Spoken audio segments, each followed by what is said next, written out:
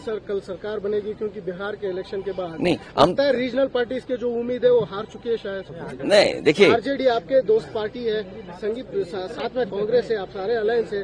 बिहार के इलेक्शन आपको कहीं लगता है कि रीजनल पार्टीज के बड़ा टॉस है? देखिए चुनाव हार जीत और उससे सीख मिलती है।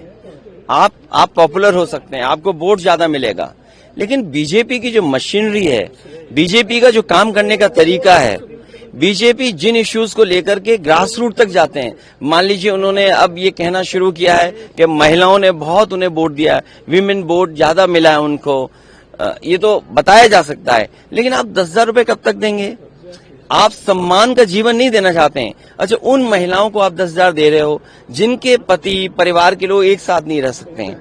देखिए दुख की बात यह है कि बिहार यूपी वो स्टेट है जहां के सबसे ज्यादा लोग बाहर जाते हैं, वो अपने परिवार को छोड़ के जाते हैं। परिवार के साथ परिवार की तरह रहें, उसके लिए सरकार काम नहीं कर रही है। बस 10,000 रुपए देकर के वोट ले लिया, बाद में जैसे और स्टेटों में इन्होंने किया है कि नंबर्स कम कर देना है, बाद में नियम बना देंगे, रूल्स बना देंगे, बाद में पता लगा कि उतनी हमारी माता बहनों को मदद नहीं मिल रही। सेम महाराष्ट्र में और किसी स्टेट में इसी तरह का काम होता है। आप कैसे रीड करते हैं सर, क्योंकि काफी सालों से आप पॉलिटिक्स को देखते जा रहे हैं, बीजेपी का इस बेहतरीन विन कहा जा रहा है उनके तरफ से, एनडीए का बेहतरीन विन जेडीयू को, आप कैसे देखते हैं सर? नहीं, इतना सीट जीते हैं, 202 डबल सेंचुरी, हजम नहीं हो रहा।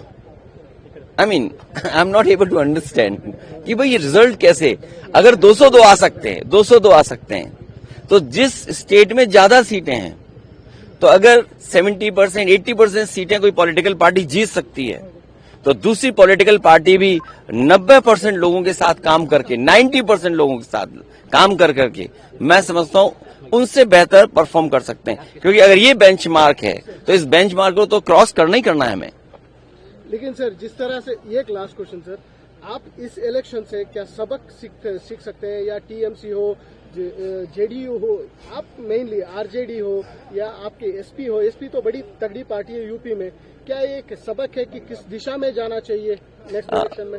यूपी में हम लोगों ने हार से ही सीखा है, और हार से ही सीखने का मौका मिलता है। जब आप बिल्कुल नीचे पहुंच जाते हैं तब आपको लगता है कि वो ऊंचाई पर कैसे पहुंचे हैं। हम हारे थे, मुझे याद है हमें 5 सीट मिली थी, मैं सरकार नहीं बना पाया, और उसके बाद डबल इंजन, उन दोनों डबल इंजनों को हमने हराया, और ऐसी ऐसी सीटें वो हारे हैं अभी भी शायद वो कल्पना नहीं कर सकते। अभी बिहार की जीत यूपी की जीत को बराबरी नहीं कर सकता।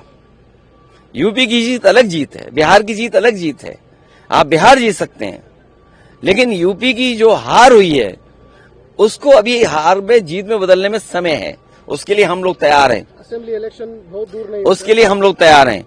आज जब हम और आप मिल रहे हैं, हो सकता है कि अगर 11 जनवरी 2027, अगर 11 जनवरी 2027 को डिक्लेयर होता है इलेक्शन, तो आज हमारे पास 423-424 दिन है, और यूपी में 403 असेंबली हैं, तो हमारे पास 20 ही दिन तो स्पेयर में है।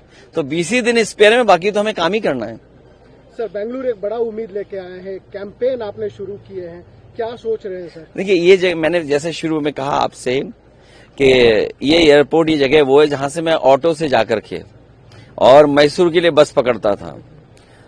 अब तो एयरपोर्ट भी बदल गया, वो जो बस स्टैंड में जो कभी कभार बसें मिल जाती, वो बस स्टैंड भी कितना बड़ा हो गया है। बेंगलोर में वहां पहुंचने पर 45 मिनट लगते थे, आज शायद ज्यादा समय लगेगा। पीएम एक बात बोले हैं सर कि ये रीजनल पार्टी से, कांग्रेस से, ये इन फाइटिंग से डर रही है, ये खुद टूटने वाली पार्टी से टूट भी सकती है। आप क्या कहेंगे सर इसके लिए? उसमें इतना ही कहना है कि वो हमारे यूपी में एक मुख्यमंत्री हैं, 2 मुख्यमंत्री वो हैं जो हटाना चाहते हैं मुख्यमंत्री को। दिल्ली में 1 में 2 में लड़ाई है, 2 1 बनना चाहते हैं। इसीलिए आपने देखा होगा बहुत सारे ऐसे सवाल खड़े होते हैं जिनका जवाब सरकार को ही देना है, और वो विपक्ष से पूछते हैं। घुसपैठिए आ गए, 11 साल से सरकार किसकी है? घुसपैठिए आए तो उन्हीं की सरकार में आए होंगे, तो कम से कम उन्हें ये बताना चाहिए कि 2014 से पहले कितने घुसपैठिए आए और 2014 के बाद आज तक कितने घुसपैठिए आए। अगर उनके पास संख्या नहीं है, इसका मतलब ये है कि वो आपस में एक दूसरे को नीचा दिखाना चाहते हैं। असली मैच तो यहाँ चल रहा है। बॉबी ने डाला सनराइज मीट मसाला और खुशबू ने मारा पहला चौका।